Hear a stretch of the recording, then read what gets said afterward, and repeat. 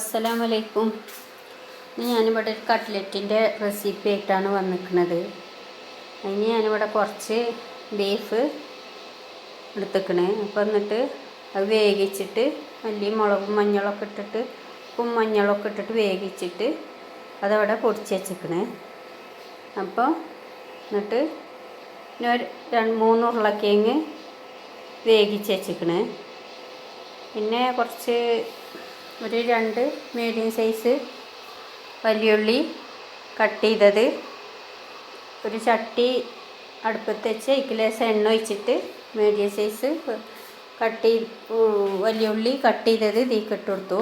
അപ്പോൾ കുറച്ച് ഇഞ്ചി വെളുത്തുള്ളിയും കട്ട് ചെയ്തത് ഇട്ട് കൊടുത്തു.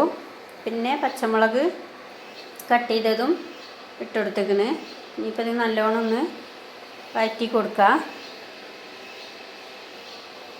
അപ്പോൾ ഇതിനാവശ്യത്തിനില്ല ഉപ്പ് ഇട്ടിക്കണ്.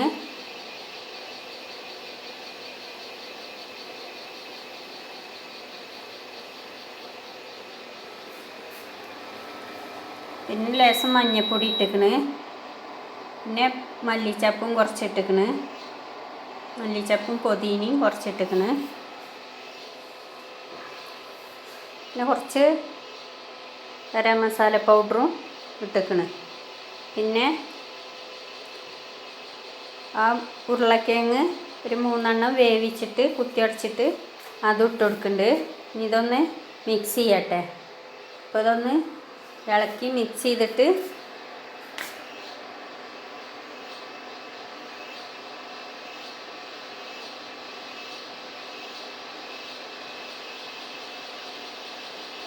ഉപ്പ് കുറച്ച് കുറവുണ്ടായിരുന്നു. അപ്പോൾ ലേശം കൂടി ഉപ്പിട്ടിട്ട് ഈ ബീഫ് വേവിച്ച്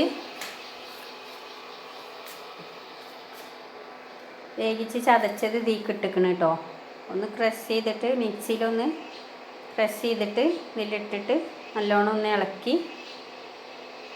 ഒക്കെ ഒന്ന് കൂട്ടി യോജിപ്പിച്ചിക്കണ്.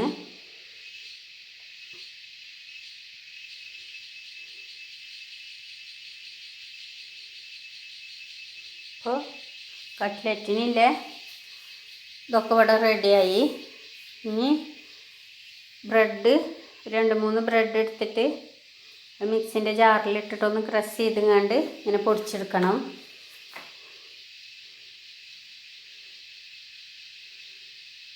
അപ്പോൾ ഞാനിപ്പോൾ അത് പൊടിച്ചെടുത്തിക്കണ്. പിന്നെ 2 മുട്ട എടുത്തിട്ട് അതും പൊട്ടിച്ചൊഴിച്ച് ഇനി അതൊന്ന് ഇളക്കി കൊടുക്കണം. അപ്പോൾ നല്ലോണം ഒന്ന് ഇളക്കിയിട്ട് ഇത് മഞ്ഞയും വെള്ളയൊക്കെ ഒന്നാകണ മാതിരി നല്ലൊന്നുണ്ട് ഇളക്കി യോജിപ്പിക്കണം. അപ്പോൾ എൻ്റെ മസാല ഞാനിവിടെ ഒരു പ്ലേറ്റൊക്കെ എടുത്ത് വെച്ചിട്ട് ഇങ്ങനെ ഉരുട്ടിയിട്ട് ഇതേമാതിരി ആക്കി വെക്കുന്നുണ്ട്. ഇതുണ്ടോ, കയ്യിലിട്ടിട്ട് ഇങ്ങനെ ഒന്ന് ഉരുട്ടിയിട്ട് ജസ്റ്റ് ഒന്ന് പ്രസ് ചെയ്തിട്ട് ഇതിൻ്റെ സൈഡൊന്ന് ഇങ്ങനെ അമർത്തി കൊടുത്താൽ നല്ല ഷേപ്പുള്ള തന്നെ ആയിട്ട് വരും.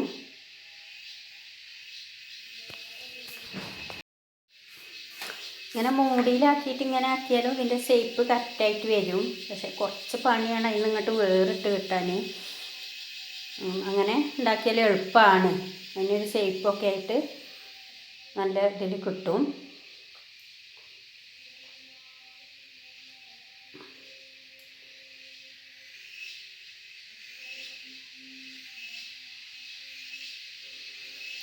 അതേമാതിരി ഉണ്ടാക്കിയാൽ എളുപ്പമാണ്. ഇനി ഈ മുട്ടൻ്റെ മുട്ടയിലൊന്ന് മുക്കിയിട്ട് ബ്രെഡ് പൊടിയിൽ ഒന്ന് മുക്കുക.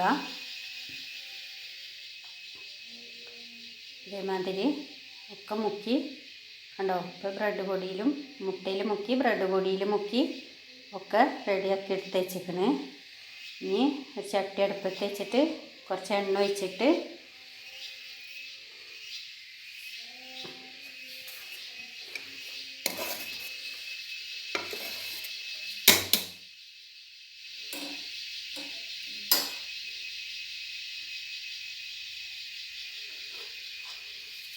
എണ്ണ ചൂടായപ്പോൾ ഞാനിതൊക്കെ ഇതിലേക്ക് ഇട്ട് കൊടുക്കുന്നുണ്ട്.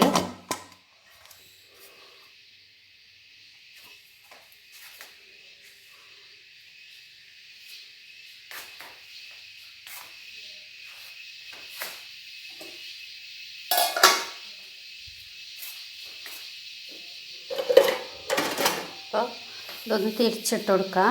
ഒരു ഭാഗം ഒന്ന് ഗോൾഡൻ കളറായി വന്നിക്കണ്. അപ്പോൾ ഇതൊന്ന് തിരിച്ചിട്ട് കൊടുക്കാം.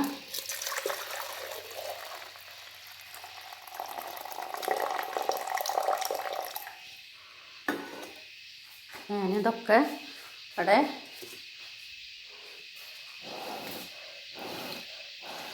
രണ്ടു ഭാഗവും വേഗണ മാതിരി തിരിച്ചിട്ടിക്കണം.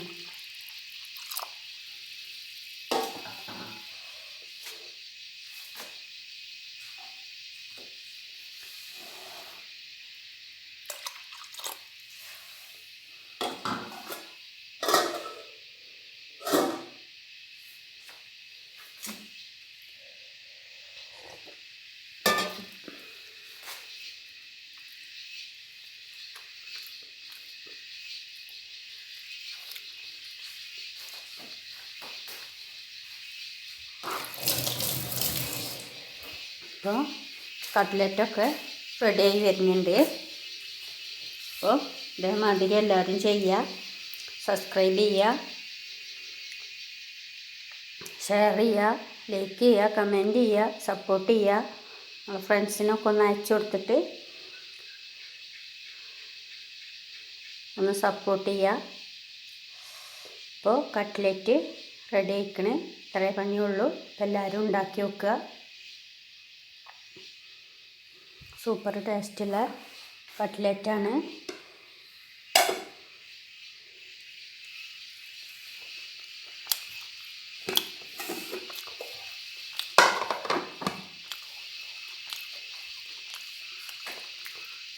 അപ്പോൾ കട്ട്ലറ്റ് റെഡി ആയിക്കണ്. നല്ല ടേസ്റ്റ് ഉണ്ട്.